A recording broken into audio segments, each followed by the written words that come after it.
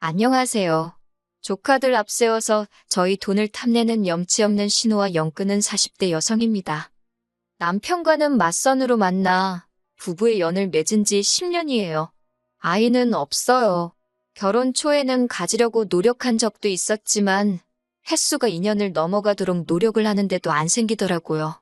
남편이 자기는 아이를 안 좋아한다며 없어도 괜찮다는 말로 저를 위로했지만 저는 도무지 납득할 수가 없었기에 병원을 찾았네요.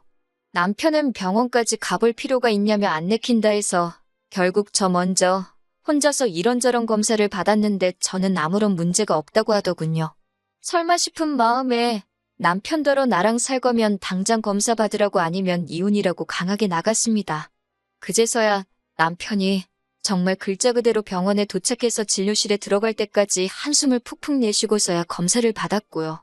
그리고 남편의 검사 결과는 충격적이었어요. 남편 정자에 문제가 있다고 하대요.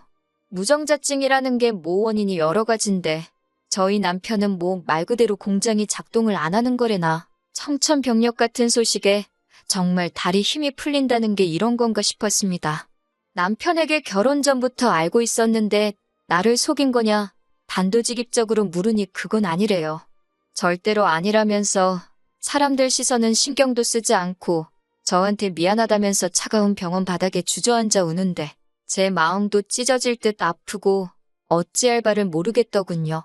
그래도 결론부터 말씀드리자면 결국엔 남편을 그리고 저희가 차은현 씨를 받아들이기로 했습니다. 언젠가 저 닮은 딸, 남편 닮은 아들 하나씩 낳아서 가정을 꾸리고 싶은 제 꿈은 비록 이루어질 수 없게 되었지만 남편이 저를 사랑하고 제가 남편을 사랑하는 마음은 그대로였으니까요. 이후로 저희는 저희 나름대로 꿈과 목표를 쫓으며 결혼 생활을 이어갔습니다. 결혼 당시 남편이나 저나 직장 생활을 하면서 모아둔 돈이 제법 있었기에 저희 둘의 힘만으로 신혼살림을 시작했어요. 사실 시댁이나 친정이나 자식들한테 손을 벌리진 않으셨지만 그렇다고 니들 써라 하고 목돈 척척 내주실 상황도 아니었거든요. 한편 남편에게는 위로 3살 차이 나는 시누이가 있었는데 시누이는 저희에 비하면 이른 나이에 시집을 갔어요. 시누이 나이 23살에 대학 졸업을 앞두고 아이를 가졌거든요. 참고로 신우 남편은 서울 노량진 고시촌에서 자취를 하며 사법고시를 준비하던 3살 연상의 고시생이었습니다. 세상에 자기 자식 귀하지 않은 사람이 어디 있겠어요. 그런데 신우 남편 집안에서는 그 반응이 더 심했던 모양입니다. 사실 신우 남편 집안도 저희 시댁만큼이나 경제적으로는 별 볼 일 없었는데 그나마 남자 쪽에서는 판검사 될 아들이 시덥지 않은 여자한테 발목이 잡혔다며 애고 뭐고 필요 없다고 결혼 안 시킨다고 했다대요. 딸 가진 죄인이라고 저희 시부모님 쪽에서는 말도 안 된다. 애는 혼자 만들었냐. 결혼 꼭 시켜야 된다며 버텼고요. 그리고 자식 이기는 부모 없다고 결국은 그 심한 반대를 이겨내고 신우와 신우 남편이 부부의 연을 맺게 된 거예요. 그나마 신우 남편 쪽에서 남사스러워서 주변에 말 못한다 해가지고 제대로 식도 못 올리고 살림만 합쳤다가 애 나이가 10살 남짓 되어서야 웨딩드레스를 입었고요. 그렇게 힘들게 한 결혼인 만큼 잘 살았으면 좋았을 텐데 신우는 결국 졸업을 코앞에 두고 대학을 떠났고 이내 출산을 했습니다. 당시만 해도 산후조리원이 무척 비싸서 저희 시어머니께서 신우를 살피셨고 신우는 몸을 풀기가 무섭게 바로 직장에 취직을 했대요. 이후로 시어머니가 애를 키워주다시피 하셨고 신우는 신우대로 생활비를 벌어 신우 남편의 고시 공부를 뒷바라지했고요. 이건 여담이지만 그런 와중에 금슬은 좋았는지 어느새 애들은 셋으로 늘어났답니다. 여러 가지 의미로 대단하지요. 아무튼 문제는 그럼에도 불구하고 신우 남편이 판검사는 고사하고 1차 시험도 패스를 못했어요. 이 정도 되면 신우 남편 부모님도 좀 기세가 꺾일 만한데 이게 다 자기 아들 발목 잡은 신우 때문이라면서 오히려 신우를 더 잡더라고요. 이야기를 듣고 있으니 같은 여자로서 신우가 참 불쌍하대요. 하지만 같은 여자이자 가족으로서 불쌍한 건 불쌍한 건데 신우가 자기 사는 게 힘든 걸 저희한테 보상을 받으려고 하니 환장할 노릇이었습니다. 저와 남편이 결혼하고 얼마 지나지 않았을 무렵이었습니다. 어머님 말씀이 당신 사위, 그러니까 신우 남편이 고시 공부를 접기로 했다고요. 하지만 그게 다가 아니었고 뜬금없이 서점을 열겠다 하더랍니다.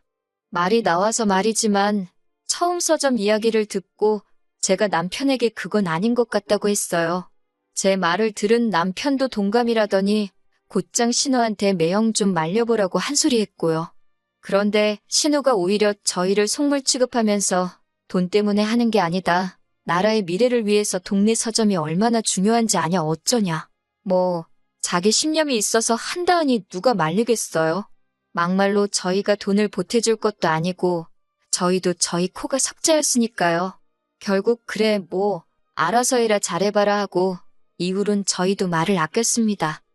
이후로 신우네가 대출을 받아서 기어이 서점을 차리더라고요.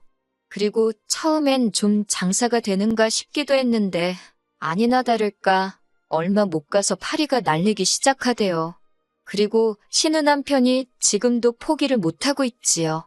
신우가 못 빠지게 회사에서 돈 벌어오면 그걸로 서점 빵꾸나는 거에 메꾸고 사실 말이 좋아 서점이지 이제 오만 잡동사니를 다 가져다 팔아요. 그나마 지방인이 버티고 있지 서울이었으면 진작에 나가떨어졌을 겁니다. 한편 그렇게 제가 남편하고 결혼한 지 한 3년차 되던 때였어요. 설명하자면 긴데 일단 결혼할 때부터 남편과 저는 이미 명절을 어떻게 보낼지 서로 상의를 해둔 상황이었습니다. 한 번은 친정 먼저, 다음엔 시댁 먼저, 명절마다 순서를 바꿔가자고요. 그리고 그날은 친정에 갔다가 명절 당일 저녁에 시댁에 왔지요. 참고로 저희 시댁은 제사가 없고 남편의 무정자증이 밝혀진 이후로는 시부모님이 저를 소위 건들지를 않으셨네요. 오히려 제 눈치를 좀 보셨다고 해야 하나. 아무튼 명절 당일 저녁에서야 도착한 시댁에서 하루를 자고 이튿날이 되어서야 신혼의 가족을 만나게 되었습니다. 애들이 새해 복 많이 받으라고 인사를 했고 저도 애들 손에 10,000원씩 들려줬어요. 어차피 애들 선물 따로 사간 것도 있었고 그런데 이 모습을 본 신우가 저더러 이야기를 좀 하자며 불러내더라고요. 솔직히 신우에 대해서는 진작부터 안타깝고 그런 마음도 있었지만 동시에 관계가 관계인지라 어렵고 불편했어요. 그래서인지 신우와 단둘이 이야기를 하려니 긴장까지 되더라니까요. 그런데 신우가 꺼내놓은 이야기는 굉장히 황당하대요. 저더러 불편해하지 말고 들으라더니 저번에도 자기 애들한테 10,000원 주지 않았냐면서 왜 매번 애들 용돈으로 10,000원을 주냐고 10년 전 이야기임을 감안해도 그 나이대 애들한테 10,000원이 적다고는 생각하지 않았거든요. 그리고 돈을 애한테 10,000원 줬을 뿐이지 매번 옷이며 신발이며 과자며 안 해준 게 없어요. 말이 나와서 말이지만 가족들끼리 모여서 외식을 해도 돈은 항상 저희가 냈고 명절이고 어머님 아버님 생신 때도 저희 부부만 용돈을 챙겨드렸습니다. 하다못해 신우 생일 때도 빠듯하게 사는 게 안쓰러워서 제가 따로 30만 원씩 챙겨줬고요. 그런데 애들 용돈이 적다는 걸로 지적을 받는다는 게 황당하더라고요. 이런 제 속을 아는지 모르는지 신우는 계속해서 자기 하고 싶은 말만 이어갔는데 한다는 말이 요새 애들도 돈 좋아하고 5만 원짜리는 더 좋아한대요. 그리고 어차피 애들은 금방 크니까 쓸데없는 물건 사오지 말고 그거 다 현금으로 계산해서 달라나요? 마치 연속으로 뺨이라도 맞은 듯 정신이 하나도 없었습니다. 하지만 신우는 저녁에 잃지 않고 그놈의 기분 나쁘게 듣지 말라는 소리와 함께 자기 동생 그러니까 제 남편이 저랑 결혼하기 전에는 그렇게 조카들한테 각별히 잘했는데 저랑 결혼하고 나니까 딱 바뀌었답니다. 그러면서 덧붙이기를 어머님께 들었는데 저희는 이제 애 키울 일도 없고 따로 돈 들어갈 곳은 없지 않냐 그러는 거예요. 하지만 조카는 셋이나 있으니 얼마나 다행이냐면서 조카들도 자식들이다 생각하고 신경 좀 써달래요. 그러더니 절 보면서 죽으면 그 돈 다 짊어지고 갈 거 아니잖아. 그러는데 진짜 신우만 아니었으면 얼굴에 침이라도 뱉었을 겁니다. 정말이지 지금이야 애 없이 사는데 익숙해지고 무던해졌지만 그때는 정말 신우가 하는 말 한마디 한마디가 제 심장을 후벼 파는 것 같았어요. 결국 집에 오는 길에 차 안에서 펑펑 울었습니다. 남편더러 해주고도 욕먹는 것도 억울하지 않냐. 그리고 뻔히 당신 때문에 애못 갖는 거 알면서 어떻게 나한테 그런 소리를 하느냐고 그리고 무엇보다 당신은 그런 신우한테 나한테 그런 말 하지 말라 소리도 못하는 천치냐고. 남편한테 그렇게 큰 소리를 낸 건 그때가 처음이었지요. 조금 과장해서 남편이 무정자증임을 알았을 때보다 더 어이없고 더 화가 났다니까요. 남편도 남편대로 자기 누나인 신우한테 꽤나 열이 받았던 모양이 돼요. 결국 남편과 신우가 크게 다투었고 이후로 남편은 시조카들을 만나게 되더라도 이따금씩 5만 원 안쪽으로 용돈을 주는데 그쳤고 선물을 해준다던가 밥값을 내준다던가 소위 호구짓은 안 하더라고요. 그리고 그렇게 몇 년을 살다가 얼마 전 신우와 다시 부딪히게 되었습니다. 참고로 신우는 여전히 사는 게 그저 그래요. 신우에게 전화가 왔는데 하는 말이 큰애가 이번에 수도권에 있는 대학에 합격을 했다고요. 뭐 달리 해줄 말이 뭐가 있겠어요? 어쨌든 힘든 시절 다 보내고 이제 대학생이 된다 하니 기특했고 외숙모로서 축하한다고 했지요. 그러자 신우가 이번에도 맨입으로 그러는 거예요. 황당했지만 속으로 한 50만 원 정도 주면 되나 그러고 생각하는데 신우가 덧붙이기를 그동안 조카들 용돈도 거의 안 줬으니 돈 많이 모았지 않냐고 그래요. 그러면서 이번에는 용돈 한번 크게 준다 생각하고 대학교 입학금하고 첫 학기 등록금을 해달랍니다. 자기가 대충 계산해봤는데 대략 500만 원이면 될 것 같다고요. 어이가 없어서 제가 그걸 왜 해주냐고 그게 첫 대답이었습니다. 그랬더니 신우가 아니 그럼 뭐 또 몇만 원 주고 땡치려고 했냐고 빈정거리는 거예요. 제가 10,000원을 주건 100만 원을 줬건 그건 주는 제 마음 아니냐 했습니다. 막말로 조카들이래봤자 명절날 보면 고개나 까딱하고 그나마도 못 보는 해에는 외삼촌인 저희 남편이나 외숙모인 저한테 명절 잘 보내시라고 인사도 하나 없는데 무슨 정이 얼마나 있다고 그 큰돈을 턱하니 내놓고 싶겠어요. 500만 원이면 제 한 달 월급도 넘는걸요. 저는 신우한테 그만한 돈 없다고 미안하지만 그렇게는 못해줄 것 같다고 솔직하게 이야기했습니다. 그랬더니 신우가 누가 제가 벌어온 돈으로 달라고 했냐고 자기 동생이 벌어온 돈으로 달라는 거라나요. 그래서 그럼 남편하고 이야기해보시던지요. 그러고는 제가 먼저 할 일이 많다고 다음에 이야기하자 하고 전화를 끊었습니다. 퇴근한 남편에게 신우에게 이러한 전화가 왔었다며 이야기를 전했어요. 남편 얼굴이 울그락불그락해지더니 미친 거 아니냐고 저에게 묻대요. 제가 난들 아냐고 아무튼 당신이 신우랑 잘 이야기해보라 했습니다. 500만 원이 네 집 개 이름도 아니고 그리고 그 밑으로 딸린 애가 둘이나 더 있는데 이번 한 번으로 끝날 게 아니었으니 더 속이 터졌던 것 같아요. 남편이 생각하고 말 것도 없다며 바로 제 앞에서 신우에게 전화를 걸었습니다. 스피커폰으로 통화를 하는데 남편이 등록금이 말이 되냐면서 신우더러 왜 이렇게 뻔뻔하냐고 뭐라 하더라고요. 그러자 신우가 한다는 말이 너네는 직장 다니면서 결혼했으니 나처럼 어렵게 시작한 것도 아니지 않냐. 그리고 둘이서 그렇게 돈 벌어서 다 어디다 쓰려고 그러냐. 만난 거 먹고 좋은 거 두르고 사는 건 사치지만 조카의 앞날에 투자해주는 것은 인정이고 도리이지 않냐고 따지대요.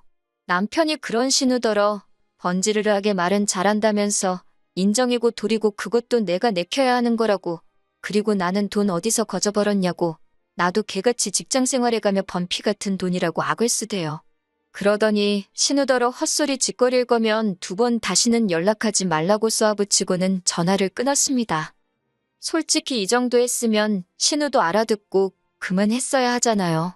그런데 바로 이튿날 일은 아침 남편이고 저고 출근 준비로 바쁜데 어머님한테 전화가 왔어요. 어머님이라고 핸드폰에 뜨는 순간 어제 일 때문이라는 건 직감적으로 알아챘지요. 어머님께서 하시는 말씀이 얼마나 힘들면 저러겠냐고. 그러면서 남편더러 형제라곤 너네 둘 서로밖에 없는데 돈 몇 푼에 이렇게 의가 상해야 되겠냐면서 얼마라도 좀 해주라고 하셨습니다. 어머님도 한 200만 원 해주기로 하셨다면서.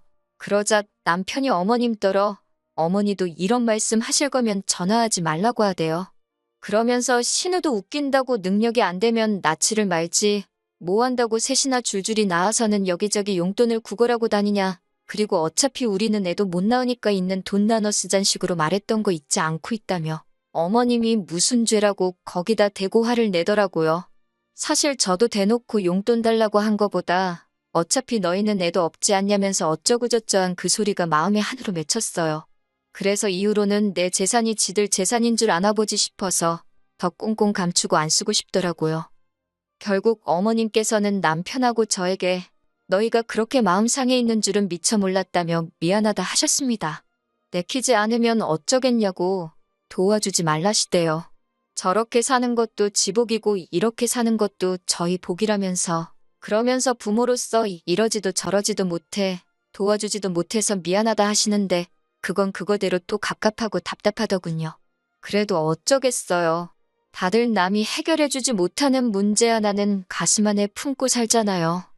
결국 신우와 저희 사이는 완전히 틀어져 버렸습니다.